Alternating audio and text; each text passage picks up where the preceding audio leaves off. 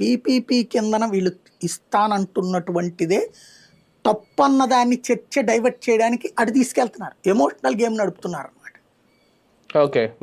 Original PPP అంటే ఏంటంటే మనకి వీళ్ళు చెప్తున్న ఇతర రాష్ట్రాల్లో కూడా ఉందని, లైక్ రైల్వేలో టాయిలెట్స్ క్లీనింగ్ ఒకటికి అప్పచెప్పేస్తారు, ఆర్టీసీ బస్ స్టాండ్ లో కూడా ఉంటది, ఎలక్ట్రిసిటీ మెయింటెనెన్స్ ఒకరికి అప్పచెప్పేస్తారు.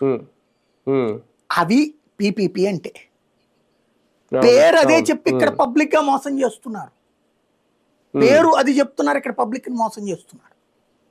పీపీపీ అంటే అది పబ్లిక్ ప్రైవేట్ పార్టిసిపేషన్ అంటే ప్రభుత్వానికి నిర్వహణకి సంబంధించినటువంటి ఖర్చు లేకుండా వేరే వాళ్ళకి అప్పచెప్పటి. ఇప్పుడు లైక్ దేవాలయాల్లో శానిటేషన్ ఒకరికి ఇచ్చేశారు, సెక్యూరిటీ ఒకరికి ఇచ్చేశారు, అవి పీపీపీ అంటే తప్పులే, నేను దాన్ని సమర్థిస్తా కూడా.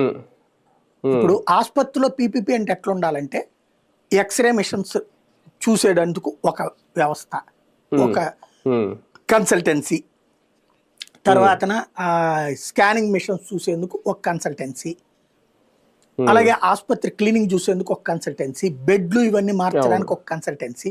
ఈవెన్ ప్రైవేట్ ఆసుపత్రిలోనైనా మొత్తం ఆసుపత్రి వాళ్ళు చూడరు, అవన్నీ ఒక్కొక్కరికి అవుట్ సోర్సింగ్ ఇచ్చేస్తారు, అట్లాగే ఇది చేస్తే తప్పే లేదు, నేను ఒప్పుకుంటా.